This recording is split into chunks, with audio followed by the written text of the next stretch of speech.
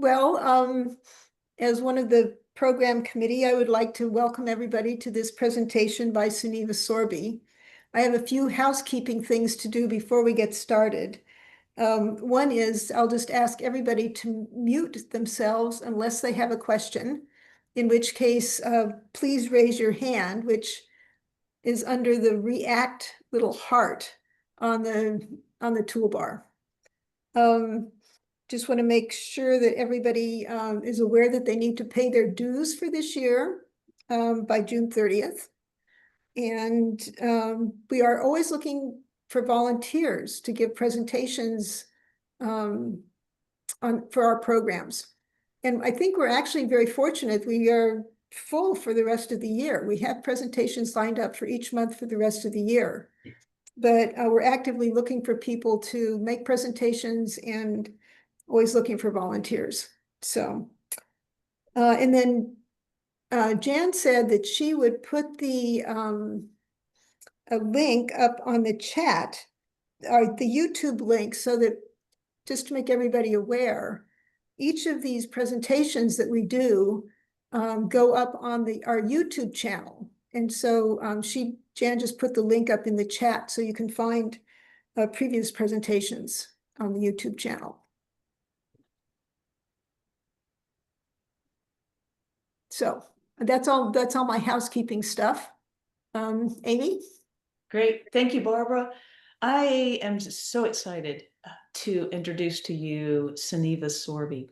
She is a veteran explorer and climate engagement officer at Hearts in the Ice.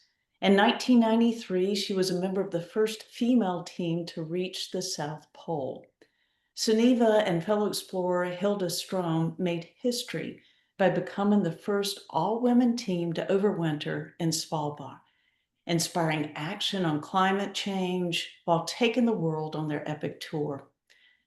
Their challenges, struggles, and stories are captured in the captivating book, Hearts in the Ice. Today's program is titled Exploration to Advocacy: Why We Are on the Greatest Expedition of Our Lives. As Sunniva once stated, the most important exploration isn't just about conquering remote frontiers. It's about seeing our own world, our backyards, and our local spaces with new eyes, new perspectives.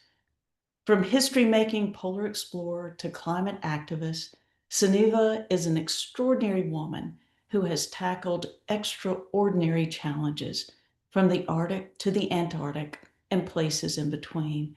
We find ourselves at a time of profound gravity. Today, Sunniva will explore her accidental activism and why, more than ever, we can all practice leadership through exploration, community, and kindness. Sunniva, thank you so much for joining us. I'm so excited about your program. Well, thank you so much, Amy. I was listening. I'm like, who is she talking about?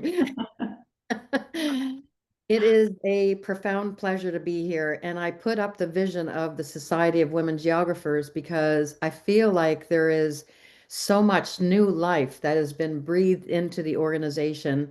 And I want to acknowledge the leadership under the current president, Maria Pia Casarini, who I am just a really big fan of, and everyone else working to support the growth and evolution of, what the vision stands for, because we are at a time that we all need to actually look at exploration and advocacy and science, perhaps with a new lens. And so I'd like to just take you through. Well, first, I want to acknowledge the fact that these Zoom presentations, wow, I know that we all do them.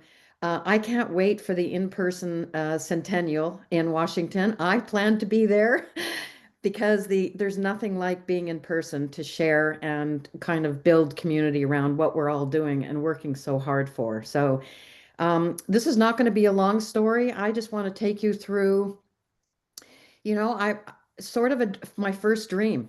I was 10 years old in these photos right here, and I actually had the dream of going to the moon. And I told my teacher that I wanted to go to the moon. And she looked at me really encouragingly and said, well, why don't you write a letter to NASA? I think it's very fair to say that that letter never landed me on the moon. But it did something even more powerful for me, and it actually planted a seed in me. And it showed me that dreams really do matter, especially when we give them wings. And it actually helped me believe that ordinary people like myself can actually reach for the extraordinary. So for me, this has become a real lesson in how I connect with younger people, and to never ever discourage anything they might share as something they might aspire to become. So, and in an incredible twist of fate, that time actually was the very seed that uh, enabled me to become deeply entwined with NASA. So fast forward now to the age of 30, where I find myself on the historic women's expedition across Antarctica to the South Pole. And as we all know, this is a very pre-internet age. Um, and one of our goals on this expedition was to collect data for science, for NASA, on coping and how we coped in an extreme environment for an extended period of time under adverse conditions by collecting saliva samples and daily questionnaires. And this was really my first brush being a citizen scientist, but it was also called participatory science. And of course, we made history after those 67 days, pulling a sled that weighed about as much as a washing machine, for 700 miles, 1,500 kilometers. I love reading books, and one of my favorites is Man's Search for Meaning, Viktor Frankl. And he said that our primary drive in life is not pleasure, as we all seem to think, but the discovery and pursuit of something we find meaningful. And I'd like to take you to that South Pole expedition, when I really struggled to find any meaning in what we were actually doing there because I was completely broken. I had been struggling with tendonitis, bronchitis, and systemic edema, where my face blew up like a balloon and I could barely see through my glacier glasses. And I could not find anything in my head to give me any sort of desire or impetus to make another step because my feet were so sore. And I gave up on January 1st, and we were only 13 days away from the South Pole. But every single day felt like an eternity. And we all know Antarctica from space. It is the landscape you are looking at. It's a very forbidding environment to kind of move in. There's nothing that really survives the interior. We're not meant to live there. It is a world of complete sensory deprivation. There's no up, there's no down. It's a world of whiteouts, lots of wind, and a silence that feels so horribly unfamiliar. There are no signposts to tell you where you are or where you're going. And on that day, January 1st, I faced the greatest, most disturbing and disoriented landscape of all, myself. And I actually had to stop. It was really devastating. I fell over my ski poles and I crossed them, which is, what we do to signal that we need to stop. And I just gave up some weight from my sled that day, which weighed about as much as a sack of potatoes, gave that to my teammates. But I also gave up my pride and I gave up my attachment to what I thought success was and who I thought I was. I thought success was reaching the end, and I thought strength meant never giving up. But Antarctica is a world that strips you of all illusion of who you are or who you think you are. And so on that defining day, when I was barely able to walk or even breathe, this redefinition of who I was and what we were capable of together got completely redefined. This was not about Sunniva Sorby hunkering over her, ski poles, hiding behind her glacier glasses, and just kind of struggling to go on. This was about us, the four of us. And on that expedition, I learned the real value of teamwork. I learned how important it was to ask for help. And I learned that this expedition was not about, reaching the end of anything. It was really just the beginning of what women are poised to do in this world when they show up and, lock arms together and achieve something in solidarity. And so this was truly my moon. And so I maybe the lesson is be careful what you ask for. However, I felt really that this line would be one that would kind of weave in and out of other doors that would open for me and kind of help me realize that there are other things beyond the South Pole that would even shape me even deeper and even further. And I came to realize that the most profound journey, it's not out here, it's not out there. And this is how we often position explorers in our world as the accomplishment of reaching the summit of something or the end of an ice cap. But I realized that the most profound journey is the one that we find in our moments of quiet and stillness.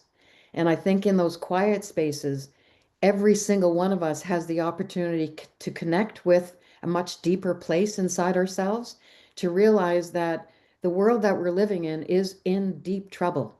And we all have the power to kind of drop anchor into ourselves and become part of the answer to the solution.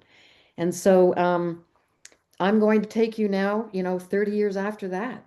And I took the biggest risk that I had ever taken in my life, I feel, by quitting my full-time job, leaving my family, leaving my friends, and relocating up to a very remote part of our world called Svalbard. After I met this amazing woman on the left here, Hilde Strom, who lives up in Svalbard, and we met at a travel conference and discovered our shared passionate love for the polar regions. I have spent as many years down south as she has spent as many years up north. And this was I really believe that the greatest question that we can all ask ourselves at this time is, what can I do? And I think that that question is the sort of door opener to be part of the greatest expedition that we are all on. And this was Hilde and I's answer to what can we do. So we started a project called Hearts in the Ice. I think many of you maybe have heard of it. And it had, of course, a plan A and a plan B. And it was very interesting. After my 30 years of moving in and out of these polar regions, of which I have become profoundly and intimately entwined with, very diverse and very rich areas, but the true barometers really of what's happening in between the furthest point north and the furthest point south. These places are the ones that hold the equilibrium of our planet. And I think that it's fair to say, and we all know this, that our planet is kind of wobbling out of equilibrium. And we find that the Earth is now kind of tilting off its axis. And so in a bold move, we decided to relocate up to this tiny little trapper's cabin, which I called home for 19 months. And it is what you're looking at. It is about the size of a single car garage. And it was everything for us. It was our citizen science lab, our bedrooms, our kitchen, our dining room, our office, our workout studio, all in one. We were living in a world of complete gratitude. We had a roof over our head, we had heat from our wood-burning stove, and we had food. We had no Netflix, no social media, no running water, and no electricity. And we relied on each other for absolutely every single thing.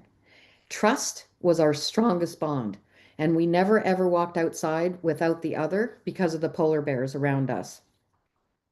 So I'm going to take you up there right now with a short little, what they call a sizzle reel, because there is still a documentary in progress on the citizen science aspect of what we were doing and the community we built, which was largely women that supported us and in return that we supported. And so we'll just start with this and then I'll come back. So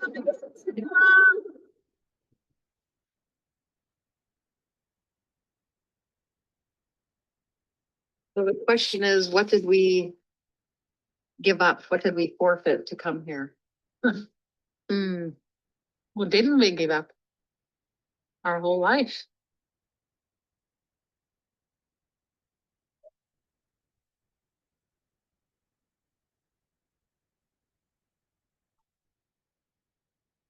We gave up our jobs, shopping, showers. Hilda?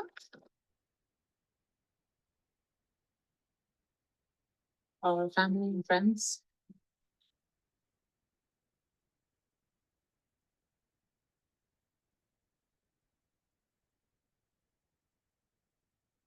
Hey, this is us. Hi. And we don't ever go anywhere without Etra, our four-legged friend.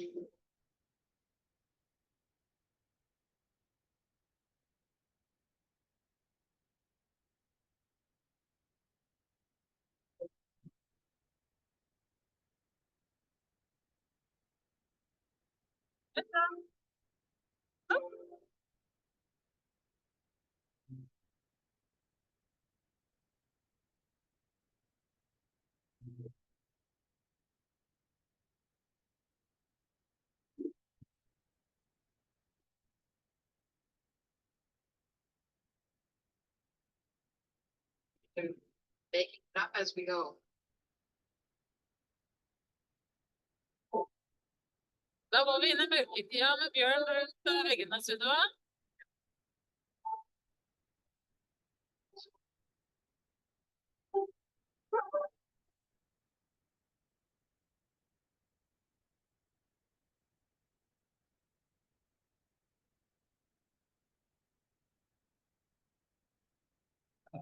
Today is March 9th, and it's the first time that I see the sun since October.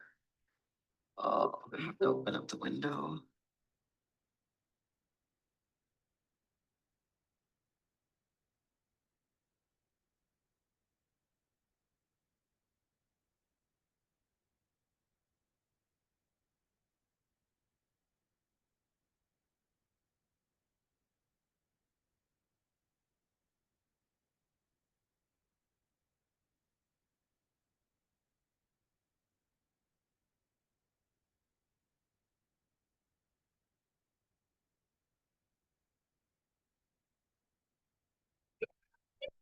Out here on a lunch break.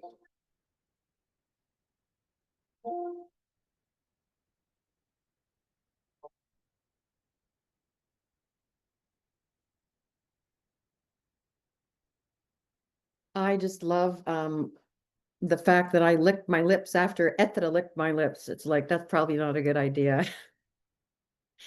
You know, it very interesting. We were absolutely alone in quiet, peaceful, self-imposed isolation before that became a household name with COVID. Our plan was from September to May.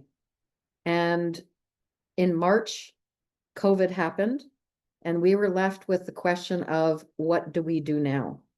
It was not an easy answer for us. I went home to Montreal to visit my mom and my family, and also my father in Norway, and Hilde did the same. And we decided to go back for another year.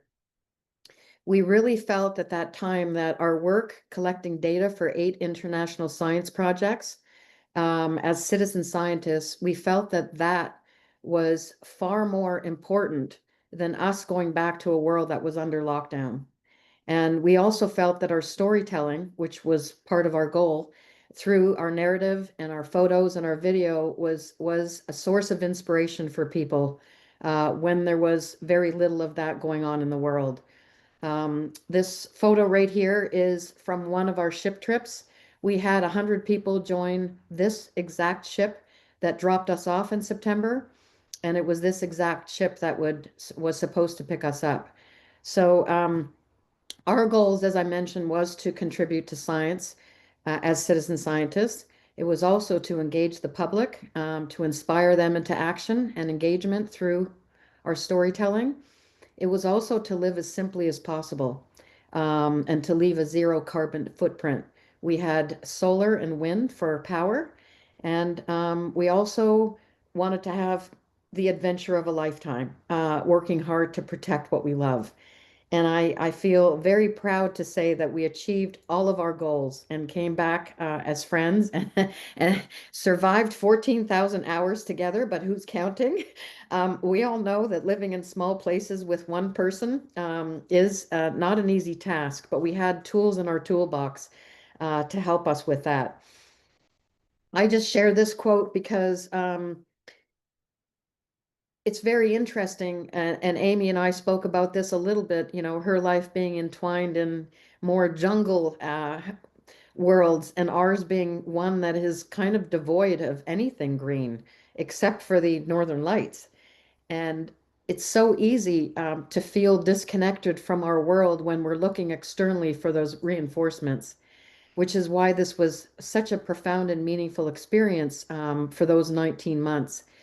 We were closer to the lowest band of the aurora, which is 100 kilometers above the horizon, closer to that than we were to the nearest town.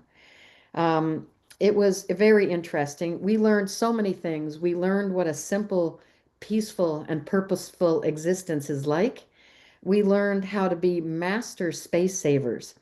We learned how to trust each other, and we learned how to solve every single problem, not by, you know, typing in Google, because we did not have access to that kind of internet, but how to use our incredible ability as human beings to problem solve in a crisis. And we fixed every single thing that broke together. We became master MacGyvers. We also, in connecting with youth around the world, in the time that we were up there, we connected with over 100,000 youth from around the world. And because of the download upload speed with the LEO, low Earth orbiting satellite, the first year we were only on satellite phone, and the second year the bandwidth increased and we were able to be on video. This is our last call with Dr. Jane Goodall, who I've had the pleasure of having a one-on-one with in the last few years. Amazing. You know, I just saw her a few months ago here in Vancouver, and I just think about, she's 91 years old and she's out there and she will not stop trying to share her mission and drive and passion for protecting each other in our natural spaces. And the reason she's not stopping is because she knows that the world needs her message. And I keep saying to people, I'm going to go out like Jane. I will not stop. I'm not going to retire. I think it's so important to keep out there and driving people to solutions and engagement and different ways to do that. So that was a very, very powerful phone call with her. At the very end of our call with her, when everyone was off video, she said, "How's the dog?" She didn't really want to know how we were. Well, she did, but she really wanted to know how Ethra was.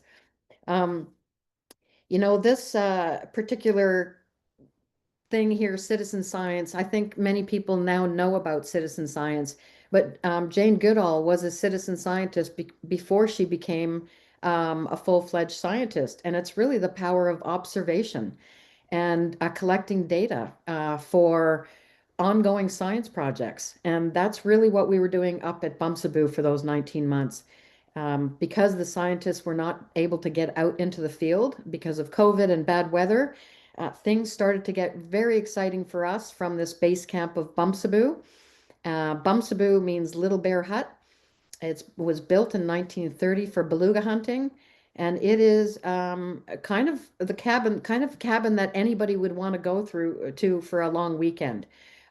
It's not the kind of place that you might imagine yourself living in for an extended period of time, but we had made some reinforcements on the inside and made it ours. And light was a very important thing for both of us. So having little, you know, strings of light and candlelight, little things to remind you of the warmth that maybe you are needing to feel on the inside because you're not getting it from the outside. Um, But from this location, we flew drones, we collected ice core samples, we collected phytoplankton, which is responsible for between 50 and 80% of the oxygen we breathe. They're responsible for more oxygen in the atmosphere than all the rainforests combined. And we can thank them for every second breath that we take.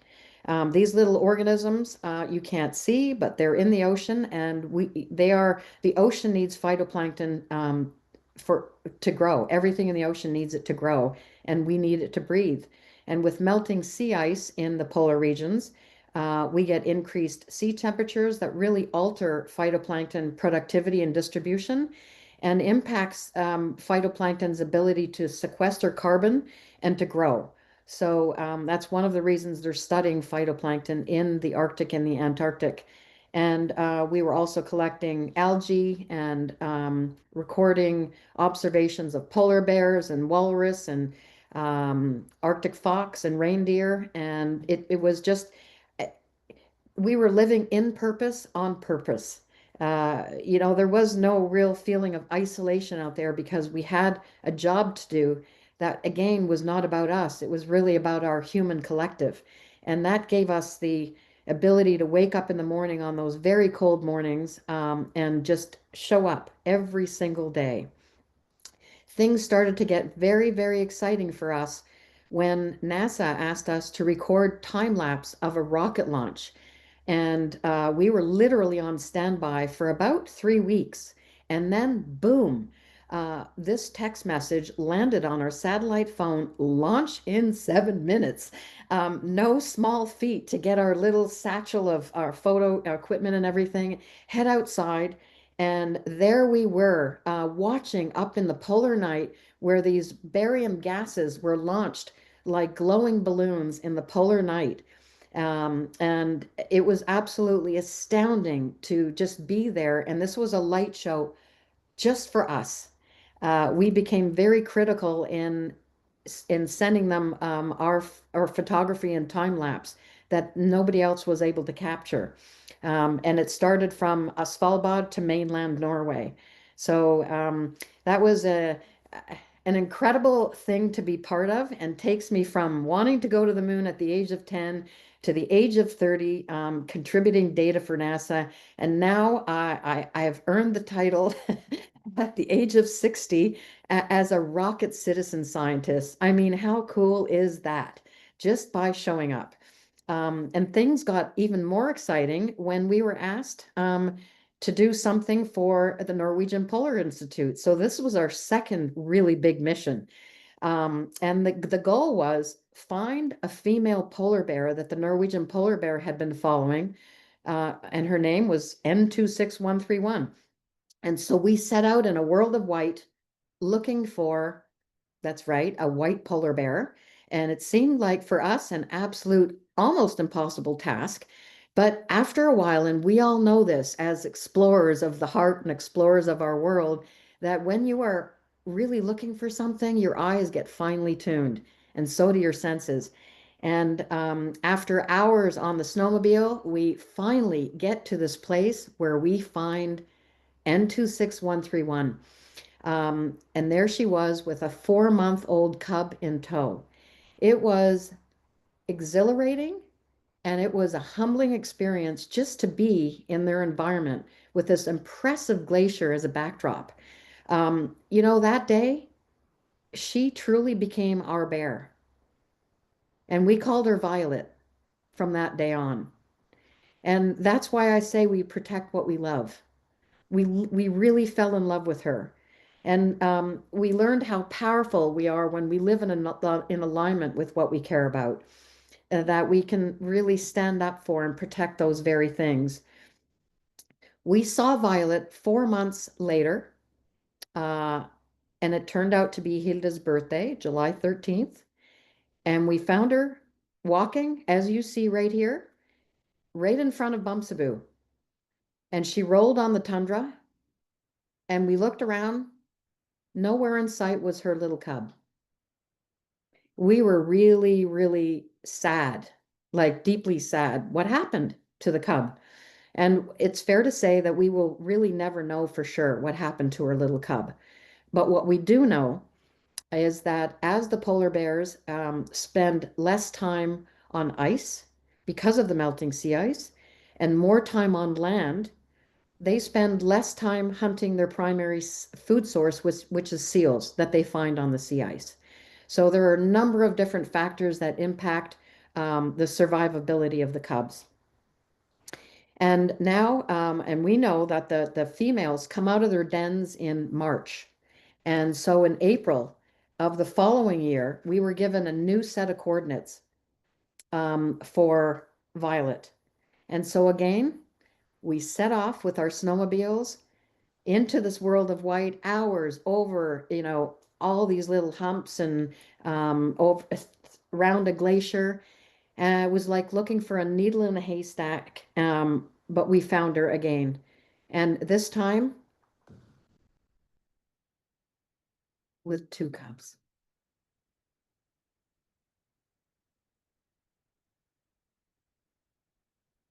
It was exhilarating. It's hard to really explain what it feels like to be part of Violet's journey.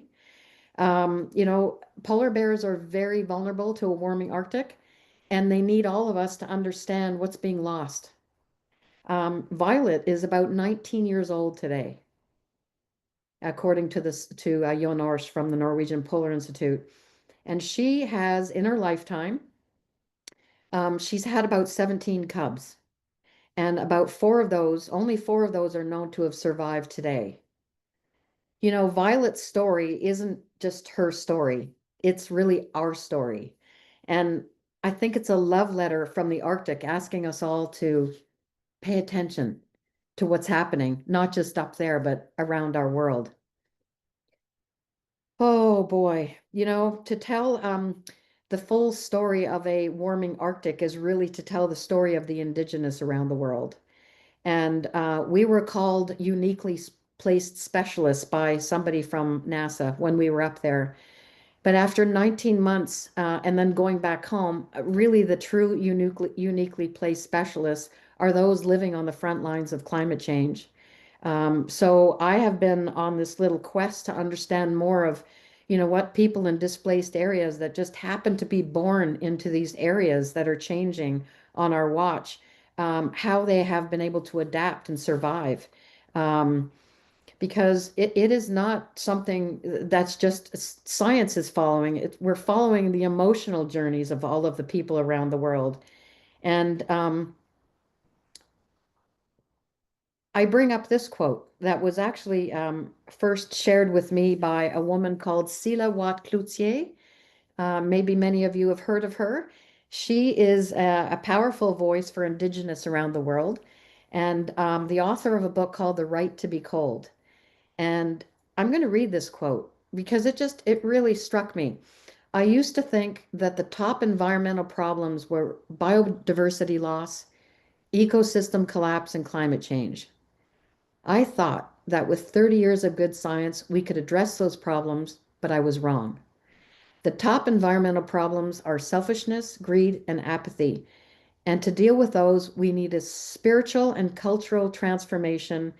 And we, lawyers and scientists, don't know how to do that. Mr. Speth. And, despite the reality of this quote, and it's pretty deep, I think there are many, many reasons to have hope.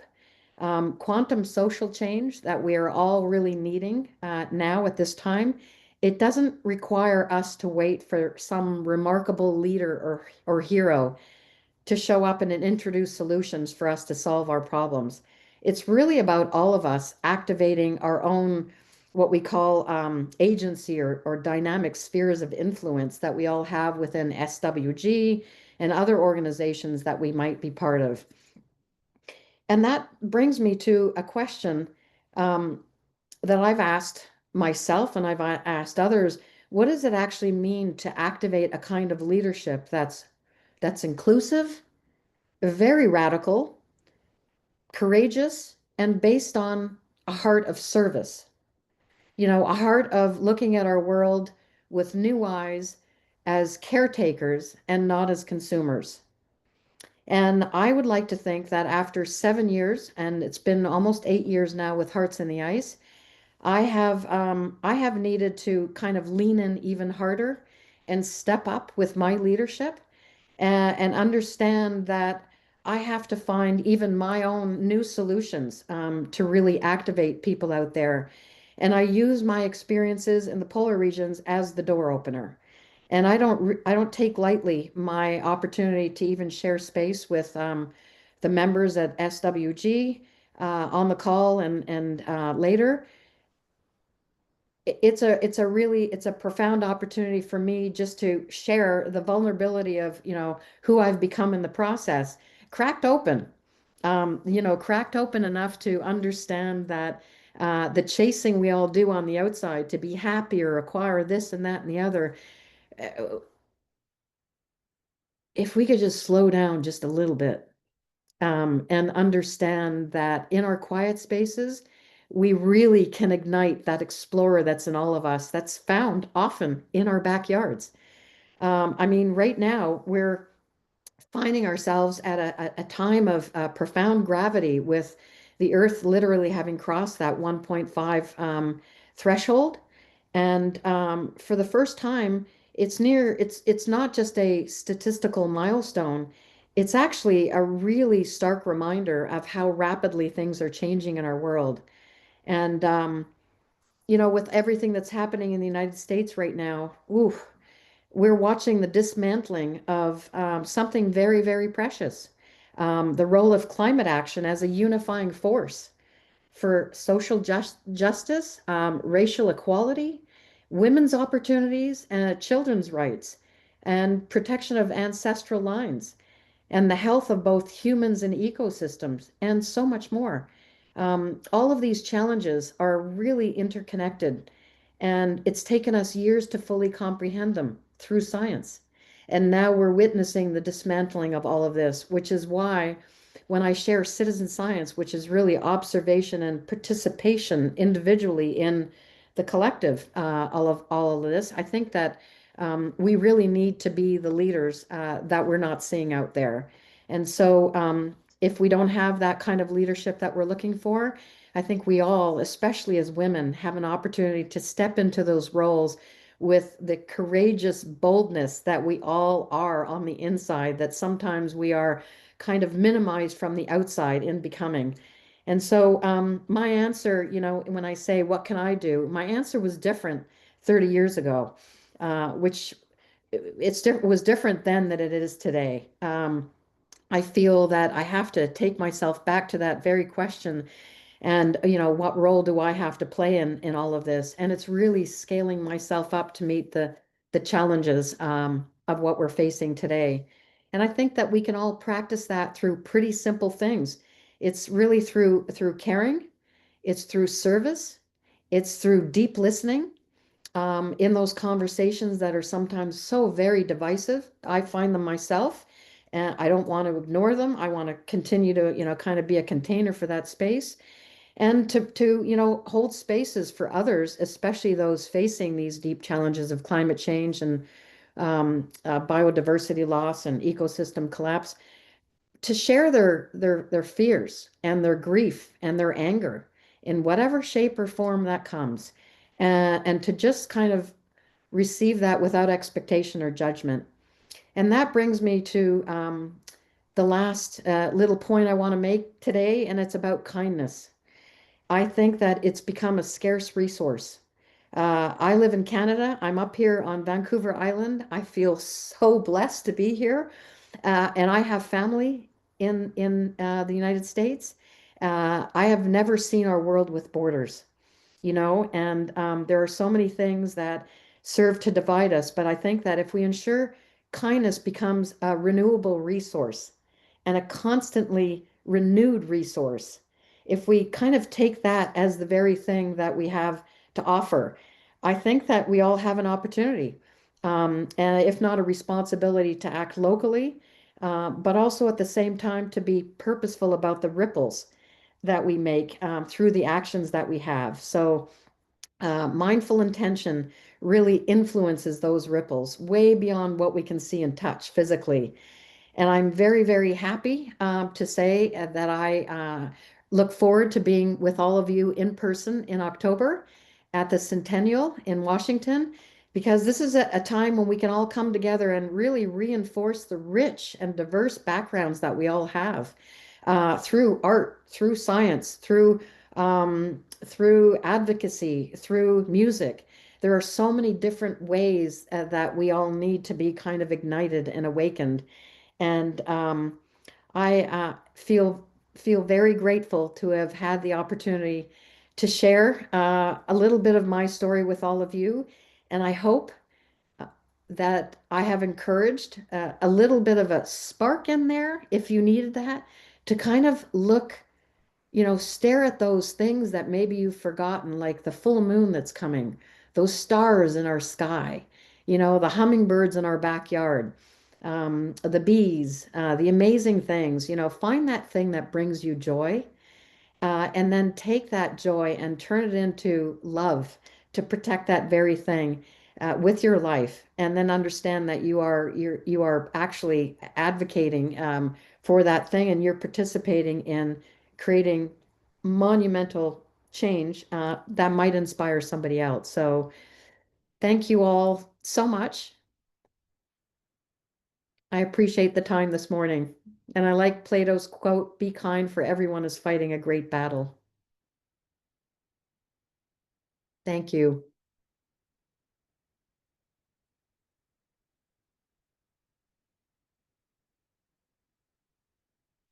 I'm happy to take any questions that anybody might have. Sunniva, I have a question. So I'm really intrigued with your breaking point that happened on that day. And I know that you gave some of your weight to your teammates.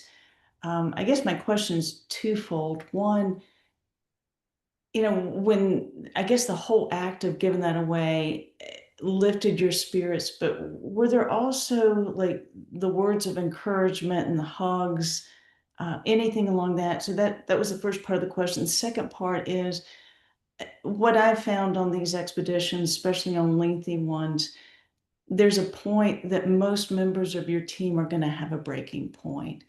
And did other members of your team have that breaking point, and how did you feel being able to support them? That's a great question, Amy. Thank you.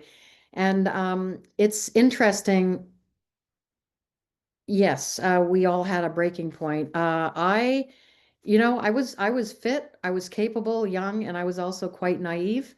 I lived by those Eleanor Roosevelt quotes. You must do the thing you think you cannot do. I also thought I would never ever give up. I thought that was my strength going in, and it's the ego talking. It's that sort of shield we have around us, thinking that we are something only to become that very thing when we allow ourselves to surrender. It was a very spiritual experience for me. I am a born Norwegian. And if there are other Norwegians in the crowd, you know that we are a very proud people. I, pride myself on the I can do it. I grew up with that in my family. My father was a captain on a ship. My mother was a first female wireless operator in Norway. And I discovered on that day, January 1st, that I just could not go on anymore. And what I struggled with was all the tapes playing in my head. You're a failure. You're giving up. You're the weak link. What's the expedition? You're compromising the expedition. And what I discovered was humor from Sue Giller on the time that I crossed those ski poles and I said, I have nothing left to go on with anymore. She said to me, and she was not somebody to kind of make these little quips with her humor. She was the most serious of all of us. She said, well, that's great because we need a little extra time to soak our dehydrated vegetables. And it was like in that moment, kind of permission to relax. And so then the focus was not on me. It was really about looking at what did I have to bring to the table. And I did have my compassion for the others. I had struggled already so much. And one of the other women on the expedition was actually fighting a battle that you can't see. It was on the inside. And those are the worst battles. You know, and she was actually suicidal on the expedition. And a very, very difficult thing to talk about even today, I think.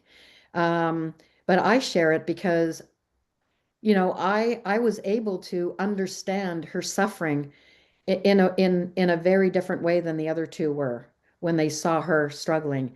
And so a hug, just offering space.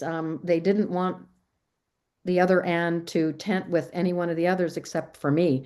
And I thought, I have nothing to give. I'm not the person to be tenting with her for 8 days. That's how often we rotated tent partners.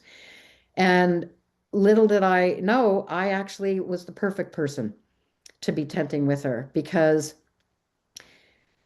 I could just meet her on her level. And it's really small, subtle things that we offer each other, especially as women. We weren't in competition with each other on the expedition.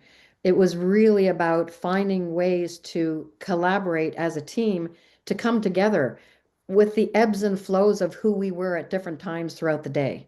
And one of the Dr. Gloria Leon, who has worked with NASA, one of the things she's discovered by the research she did on us and all male expeditions is the really intricate, uh, you know, um, contrast between women and men, that we are real caretakers of each other, even on those expeditions in remote environments where you have nothing left to give. That it really is about the success of the team together and not the solitary achievement. And that came out through subtle ways that we looked at each other. Maybe it was a little grunt in the morning, just acknowledging with a nod that I see you. Um, because our polar landscapes are worlds where you retreat into yourself. You're not out there, you know, living out loud. You're really going inside. And so expression is a precious commodity, and it shows up in very small ways. So thanks for your question, Amy. I hope I answered it. I am very open and transparent to say that I did not walk alone for those last 13 days. Yeah. And that's only because I kind of gave up my attachment to who I was, and my attachment to what I thought success was. It wasn't about reaching the end. It was really about the collaborative effort of what can we do together, which is why when I share about the expedition that we're all on now today with our changes in our world, it's really about looking at what can we do together. And I know that sounds like maybe a pie in the sky idea, but I believe this in my heart. Thank you. Anybody else? Anything? No question is off the table.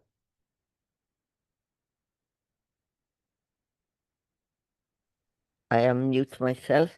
Well, of course, I've heard Sunniva. She's been great on the education side because she participated quite recently in the Polar Educators International Conference in Boulder, Colorado. Um, I just, I knew not all that much about your South Pole expedition, so I learned a lot today of what you went through. You told me a few things. Um, how, because there's quite a gap in years, how much do you think that your South Pole expedition gave you the insight to manage the Batsebu expedition? Hmm. Thank you for that question, Pia. There were many expeditions. The danger when you do something that is rather large for yourself and maybe even in the eyes of others is that what's next? And so I plan to I skied across Greenland after the South Pole expedition. Greenland is supposed to be a training trip for Antarctica, and I have gotten it all wrong. I didn't have the opportunity. I had 4 months to prepare for Antarctica. I was the last to be selected. The woman that they had picked, that they took with them to Greenland, she had a real intestinal challenges, and her weight plummeted. And in her words, she said, quote, "I do not have Antarctica in me." So they were out there looking for a fourth member, and I was just in the right place at the right time, and became that fourth. And preparation, it's an interesting thing. We often look at the hard skills that we bring to the table. And I look at that, on expeditions, and who I want to participate in joint ventures with, where you really have to do deep dives, and who to trust. And really, those hard skills can be learned. And so over the years, I have discovered that, you know, in preparation for Bumsaboo, that staying at that cabin was not my idea. If I had a choice to go somewhere for 9 months, it might have been with Amy in a rainforest. Um, and because I had a full-time job. I was very happy living in Squamish. I had family, friends around. And when I met Hilde, she had always wanted to overwinter in this cabin. She lives up in Svalbard, and she and her husband have had access to Bumsaboo for many years, only for Easter, like 10 days at a time, maybe.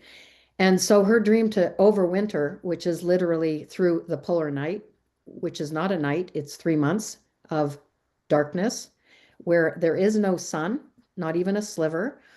And when I met her in Alaska, she thought that I would be the perfect person to overwinter with her in the cabin. And, I'm always one to kind of be, adventure is in here. And it's here, it's deeply connected, even if I was in my full-time job. So when she planted that seed, then for me, the discussion became about, well, what for? I don't really need another adventure in my life. Not that I didn't need it. I didn't need to uproot my whole life for an adventure. I feel like I've taken those risks, and coming back from those expeditions after leaving something for so long has also its risks.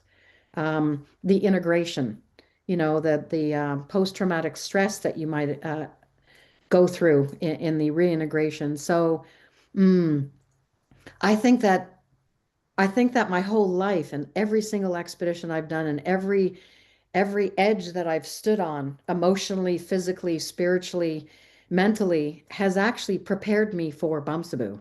And it's really interesting when we look at the fact, and you can't make this up.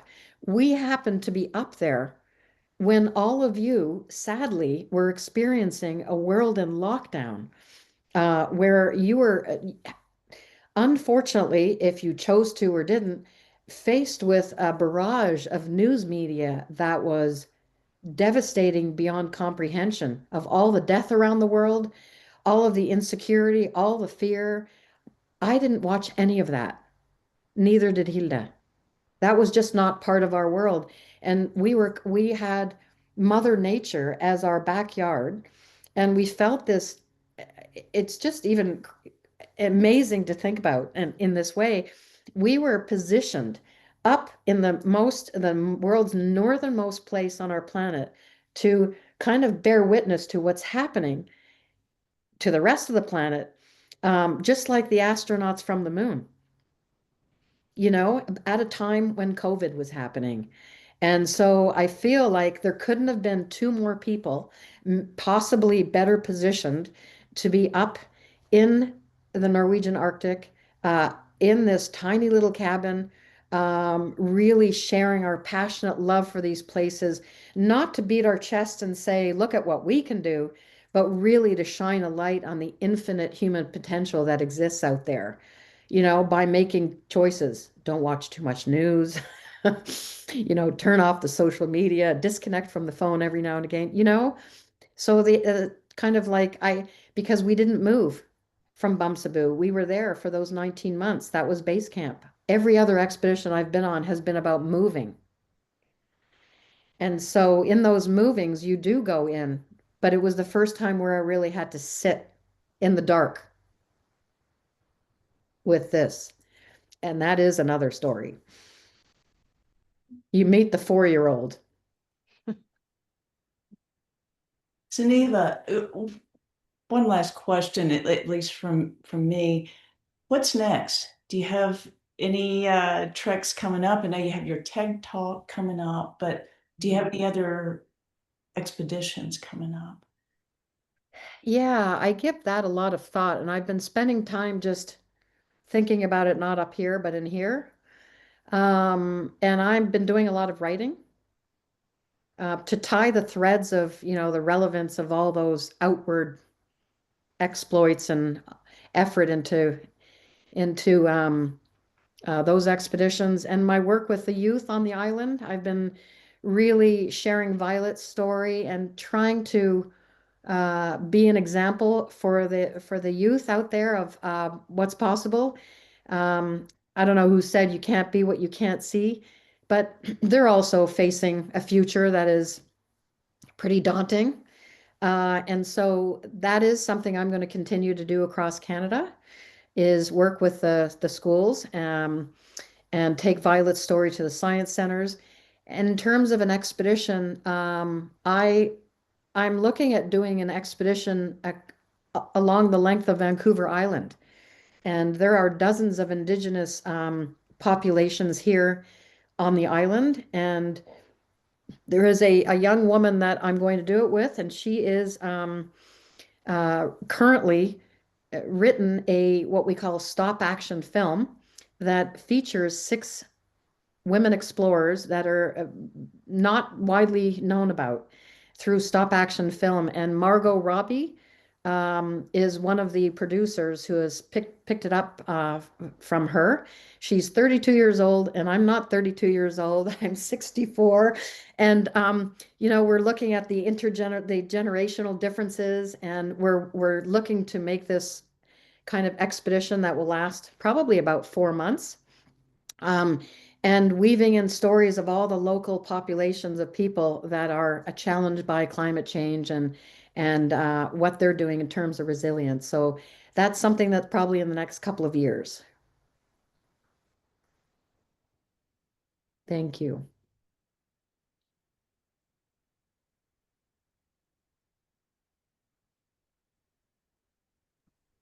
Well, thank you, everybody. I think I really appreciate sharing some space and time with all of you. Is it possible for us very quickly to introduce yourself and where you are?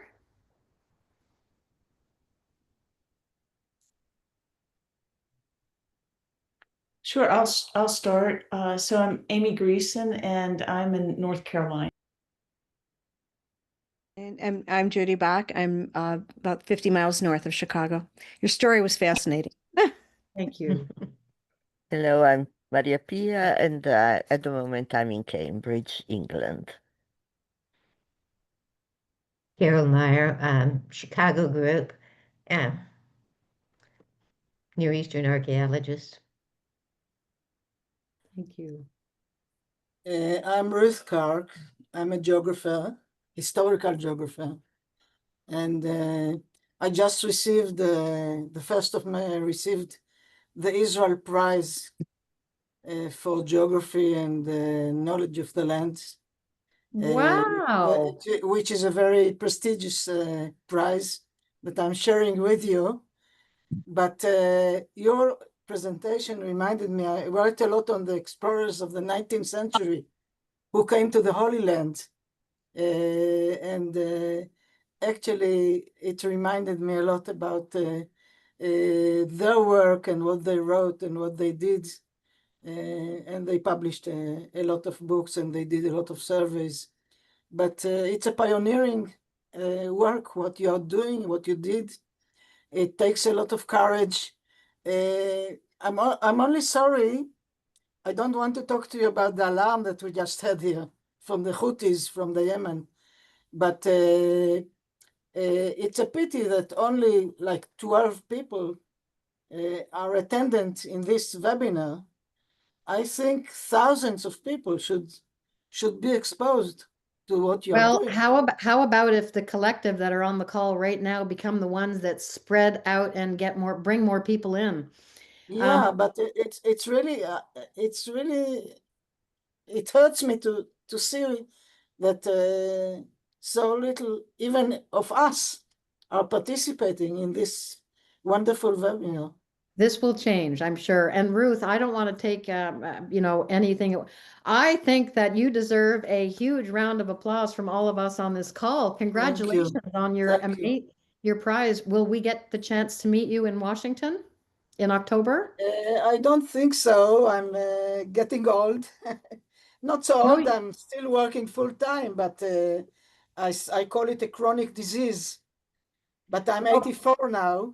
oh, that's young. So You're since the Corona, I don't travel so much, anymore. well, I would But love to I give do you a a lot hug of in work person. every day. I work for at least a couple of hours, writing, doing research, writing books. I published 30 books, so and still on. Amazing. Wow. But your work is really important, and I will at least expose it to many people that I know and to my family, which will be very interested. My daughter is also in UQ in Australia. She's working on topics which are similar to yours, so she should expose it to her students as well. I hope we'll have a recording of this that I can send on. Yes, thank you, Ruth. I just wanted to say that we are definitely organizing a remote participation in our centennial. That will be one of the main That's points wonderful. because we really, Mhm. it makes real, of course, meeting in person will be wonderful Yes. if we manage it, but even this webinar and what we had during COVID and whatever it is has really Yes. cemented any group anyway. So we'll certainly spread the possibility of joining us in Washington online. So we look forward very much to having you and One step communicating. out of many. Exactly. Thank you. Okay, I'll jump in. I don't know if you can hear me. I'm Betty Trummel. I live on Cape Cod in Massachusetts, but I'm currently in Zambia in Africa teaching literacy at a school that I've been working with for 15 years. So that's why I was late to the call. I was taking some of my former students out to dinner tonight. Wow, amazing that you joined the call, Betty. Nice to meet you. Yes, Wow. and I cannot wait to see you in person again. And Likewise. yes, sounds good. You're always so inspirational, and there's so much to get out of everything you talk about. Thank you. Well, Betty is actually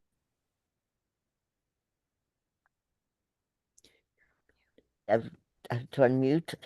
Betty, I introduced to SWG because she is one of the not founding member, but one of the older members of Polar Educators International. So that's how I met Betty at one of the conferences.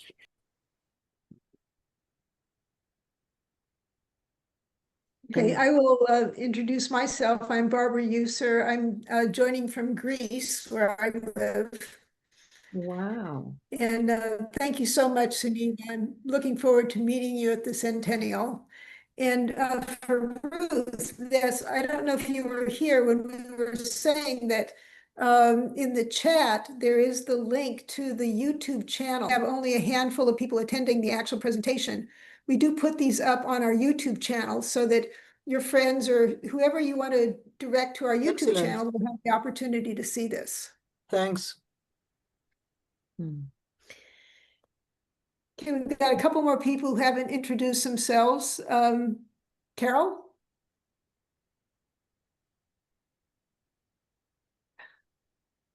I Over thought to I you. just did, but very briefly. I'm with the Chicago group. I'm a Near Eastern archaeologist. At the moment, I'm trying to publish some of our excavation results from Aqaba, Jordan, which of course is taking far longer than I want. par for the course. Okay, and Corrine? Hi, I'm Corey Matches. I'm a researcher of hurricanes at the University of Florida. So I'm in Gainesville, Florida. So kind of the opposite weather phenomenon. But I'm also a visual artist. And so I've come back to sculpture recently. And so one of my missions is to try to, engage with the discussion about, preserving the environment and things through visual arts to kind of have another way of communicating, beyond just the written word. So it's fascinating to hear your story and just to think about sort of, the different environment. It's an environment that like most of us will never experience that type of extreme environment. And also I'm probably one of the least traveled geographers because I'm an introvert and I have a lot of food allergies. And so I cook all my own meals and stuff. So I've not traveled so much. So it's really interesting just to hear, like, I just can't imagine like the training one would need and like just to be able to like to physically, not just emotionally, but to be able to undertake such extreme conditions. Like I sit here with a blanket because I'm always cold. Yeah. So it was really great to hear the story and hear your perspective. And I mean, it's great work, all the outreach that you're doing. So thank you for sharing that with us. Thank you, Corinne. Yeah, Okay, people. I just want to remind everybody that we do have, instead of a July meeting, we moved it up to the end of June because it would have conflicted with July 4th in the United States. So our next programs through the programs committee is June 25th. I encourage everybody to attend and tell other people to attend too. And then we also, the Chicago group always meets on the third Saturday of the month. So hopefully we'll be able to attend that one also. So thank you all for attending. Amy? Thank you. Really nice to meet everybody, and I appreciate the invitation today. Thank you, Pia, for the initiative. Thank you, Sunniva.